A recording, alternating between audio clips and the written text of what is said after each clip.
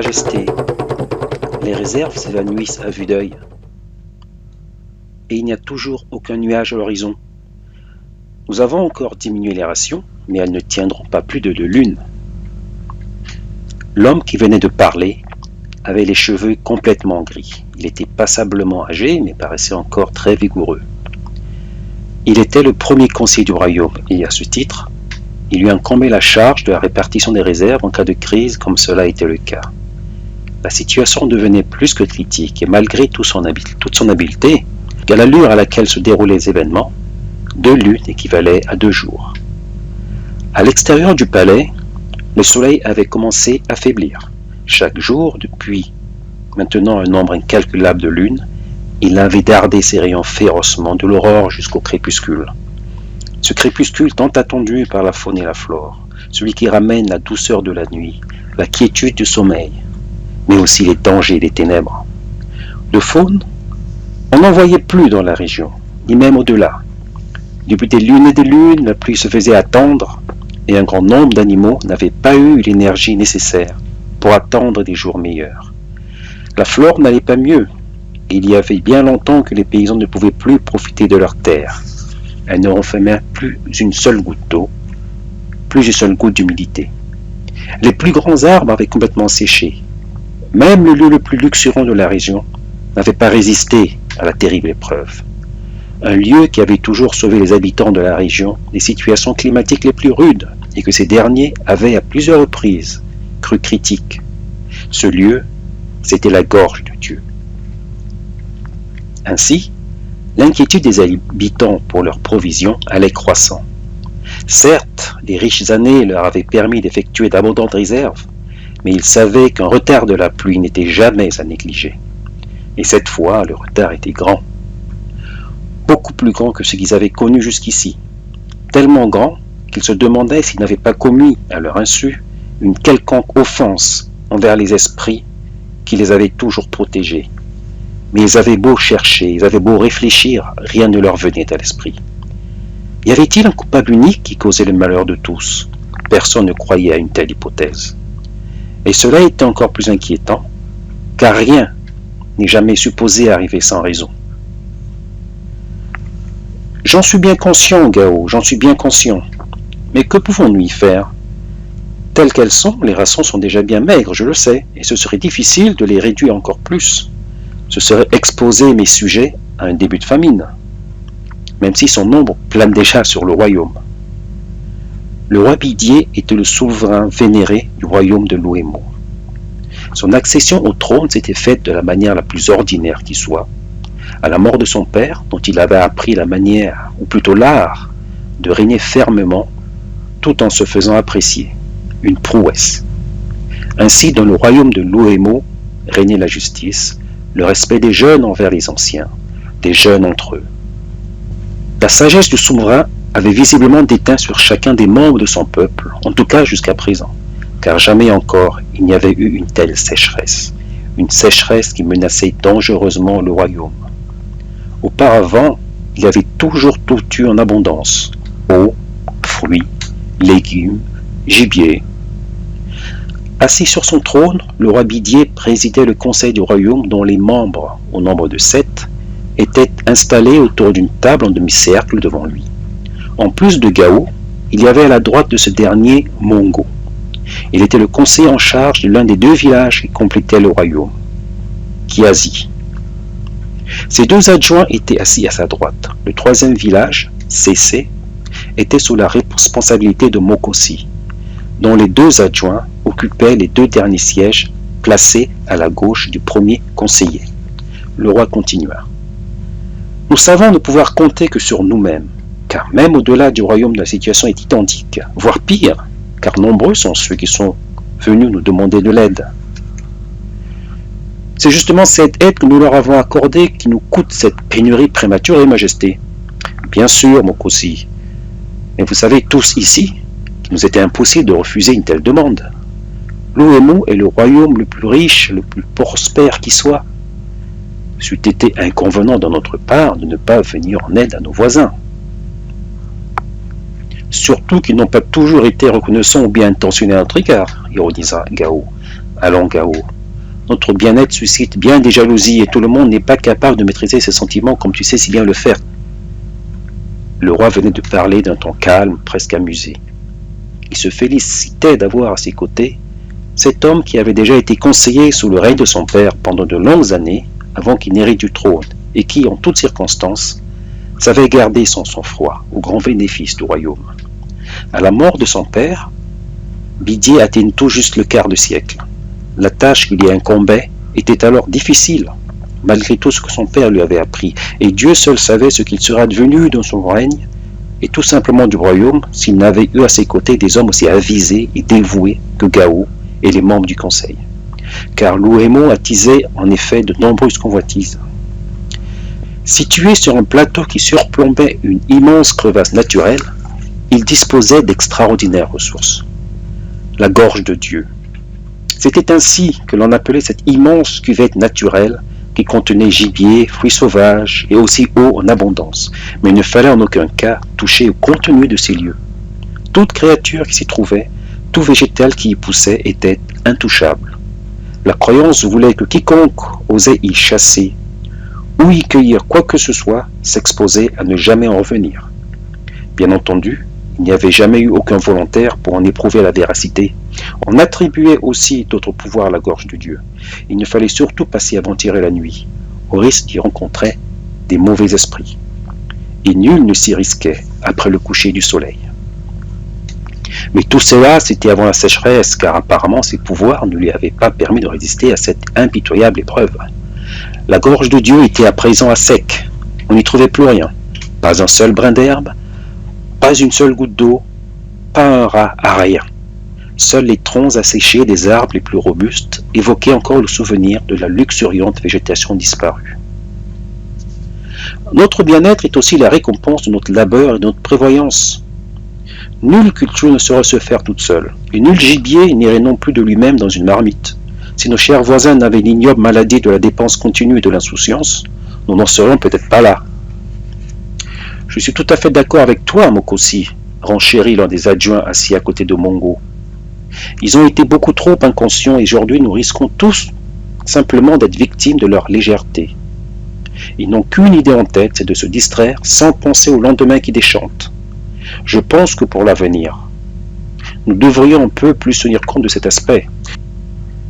Le roi était toujours aussi calme et s'apprêtait à répondre lorsque la lourde porte de bois donnant accès à la grande salle du conseil s'ouvrit lentement, laissant apparaître un garde. « Tu as demandé le devin, Majesté. Il est prêt à se présenter à toi. » « Qu'il entre, garde. » Le garde s'effaça et un petit homme apparut. Il était très voûté, presque bossu. Coiffé d'une tête de léopard dont la peau descendait jusqu'au bas du dos, son visage était à peine visible. Il s'avança au-devant du roi et inclina la tête. « Tu as demandé mes services, mon roi, afin de savoir combien de temps va encore durer cette sécheresse. »« Oui, Wazaba, car la situation est de plus en plus grave. Nous avons besoin de savoir s'il y a un remède à cette dure épreuve. »« Bien sûr, mon roi, bien sûr, » répondit doucement le devin. Wazaba était le devin du royaume, mais il était aussi guérisseur. On aurait aussi pu dire qu'il était sorcier, mais ses connaissances et ses pouvoirs, il les utilisait à bon escient. Cela n'était pas le cas de tous ses confrères. Lorsque quelqu'un était atteint d'une maladie grave, on venait le consulter, que l'on vienne de Kiazi ou de Cécé. Personnage incontournable du royaume, il était respecté de tous et craint du plus grand nombre, car il avait plus d'une fois réussi à sauver des malades que tous croyaient condamnés. Ainsi, lui attribuait-on des rapports privilégiés avec les esprits. Quant à ses prédictions, il en était très avare. Il n'en faisait que lorsqu'il le jugeait vraiment nécessaire, si bien qu'elles étaient toujours attendues avec impatience. D'autant qu'elles s'étaient toujours avérées infaillibles. « Je n'ai nul besoin de te rappeler la situation, reprit le roi. Puisque tu nous l'avais annoncé, malheureusement, tu ne nous avais pas dit quelle en serait la durée. Si je ne l'ai pas dit à l'époque, c'est que je n'en avais aucune certitude, mon roi. Et comme tu le sais, je ne me prononce jamais lorsque je ne suis pas moi-même convaincu de mes dires. Et aujourd'hui? Aujourd'hui, je sais ce que j'ai à dire. Bien, nous t'écoutons. Wazaba prit une profonde inspiration. J'ai... La porte s'ouvrit à nouveau et le garde réapparut. Sa Majesté la Reine est... Ah, épargne ton cirque et laisse-nous passer, jeune homme. Bien, ma reine, balbutia le garde en s'écartant précipitamment. La reine entra, suivie d'une jeune fille qui n'était autre que la princesse, mais qui s'avançait d'un pas hésitant. Je suis désolé d'interrompre ainsi cette séance, cher époux, mais la présence de Wazaba dans le palais me fait croire qu'il va y avoir une annonce de grande importance.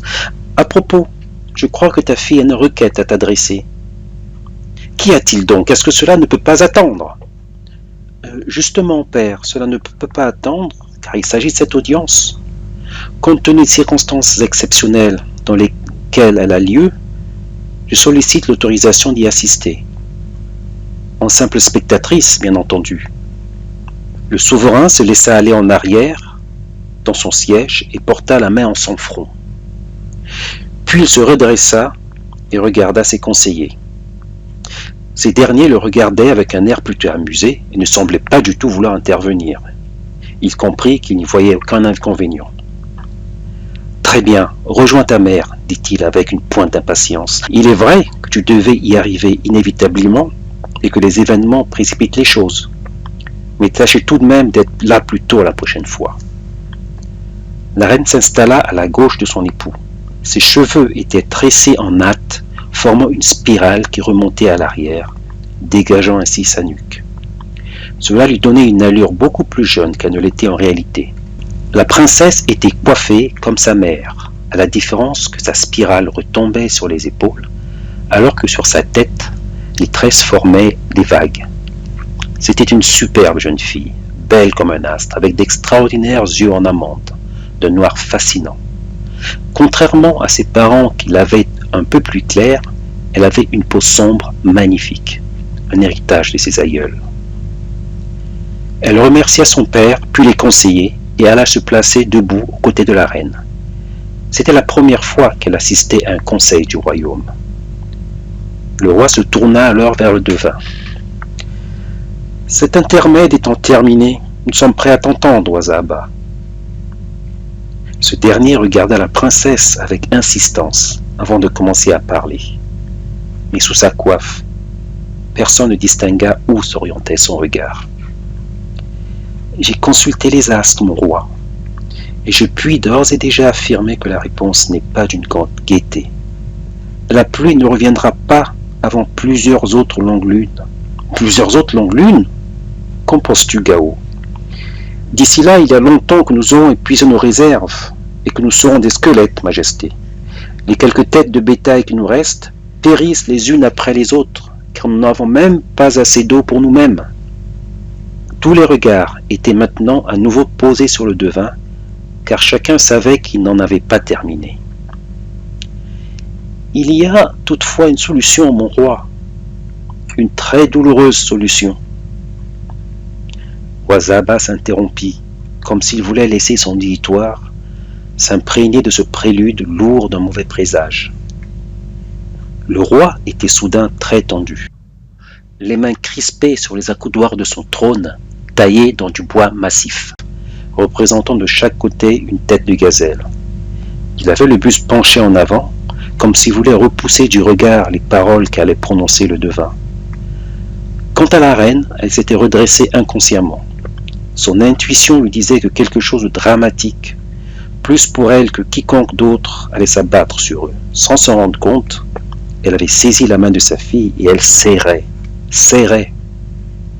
Une vague d'inquiétude se répandait autour de la table en demi-cercle. Les conseillers se regardèrent sans oser dire un seul mot. « Le salut de ton peuple, reprit le devin, viendra du don à Dieu de ce que tu as de plus précieux, Majesté. » Les deux époux se regardèrent. Il y avait dans les yeux de la reine une profonde détresse, car ses plus grandes craintes se confirmaient. Pour elle, il n'y avait aucun doute sur ce que son époux avait de plus précieux. C'était quelque chose qu'ils avaient en commun. Mais pourquoi cette nouvelle épreuve? Qu'avait-elle donc fait de si condamnable pour que le sort s'acharne ainsi sur elle? D'avoir perdu ses deux fils aînés ne suffisait-il donc pas? Le destin est bien cruel parfois. Le roi aussi avait compris, et il eut beaucoup de mal à soutenir le regard de son épouse. Il se tourna vers le devin. « Dis-moi, Wazaba, quelle est l'alternative? Il y a toujours une alternative. » Celui-ci le regarda droit dans les yeux pendant quelques secondes. Son regard rougeâtre paraissait encore plus menaçant. « Hélas, Majesté, répondit-il en levant les bras au ciel. Les astres ne donnent aucune possibilité d'échapper à ce destin qu'est le nôtre. Il n'appartient qu'à toi de décider. Ce que j'ai de plus précieux dans ce monde est ma fille. Pourquoi ne pas prendre ma vie plutôt que la sienne?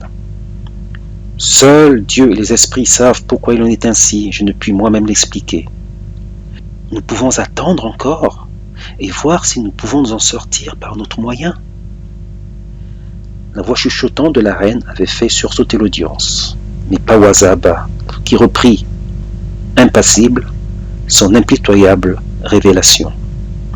Hélas, il n'y a pas de temps à perdre, car il faudrait que tout soit terminé, avant que le soleil ne se trouve à nouveau au point le plus haut du ciel.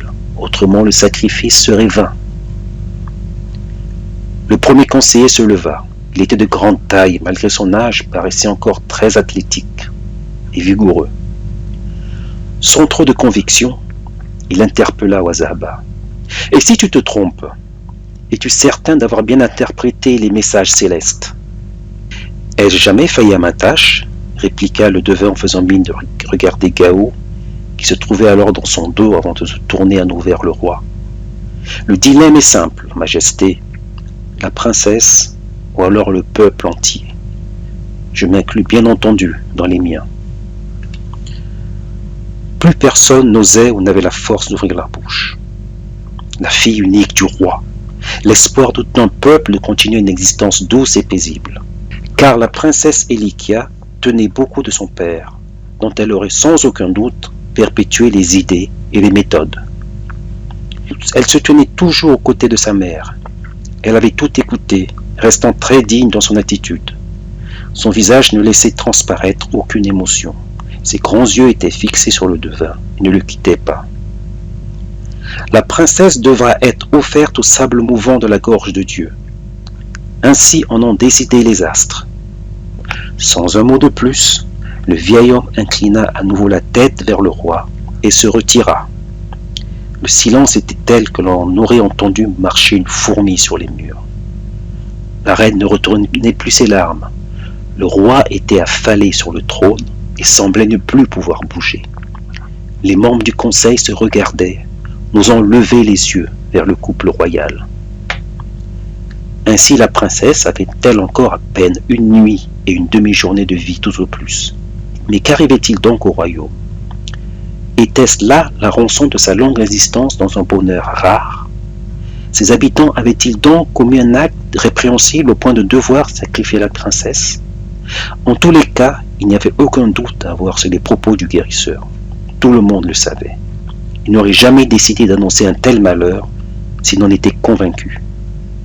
« J'y suis prête, père. »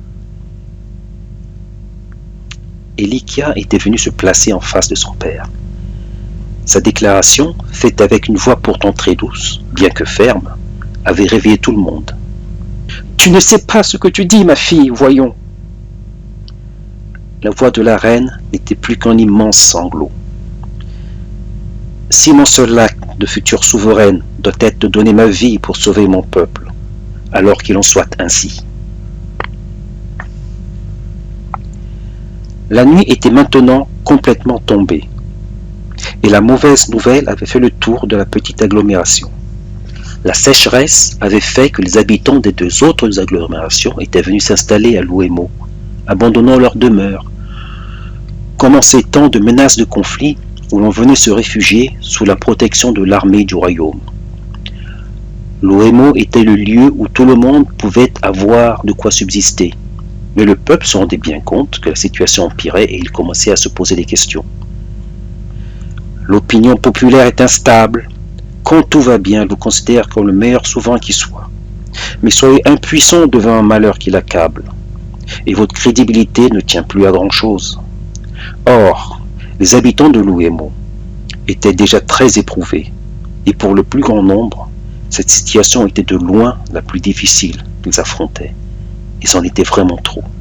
Aussi, certains accueillirent-ils l'annonce du sacrifice de la princesse, comme salut du peuple, avec un égoïste soulagement inavoué. D'autres, parmi les plus âgés, furent très peinés, mais ils n'étaient pas les plus nombreux. De sa lueur pâle, la lune éclairait un village qui semblait déjà porter le deuil de sa princesse. Des groupes de personnes s'étaient formés et les conversations allaient bon train, portant bien entendu sur le sort qui s'acharnait sur le royaume et surtout sur la prédiction sans appel du devin. De nombreux regards s'élevaient de temps à autre vers le ciel, comme pour y trouver un signe contraire à ce qui avait été annoncé. Mais celui-ci restait libre de tout nuage, désespérément étoilé, splendide dans sa menace.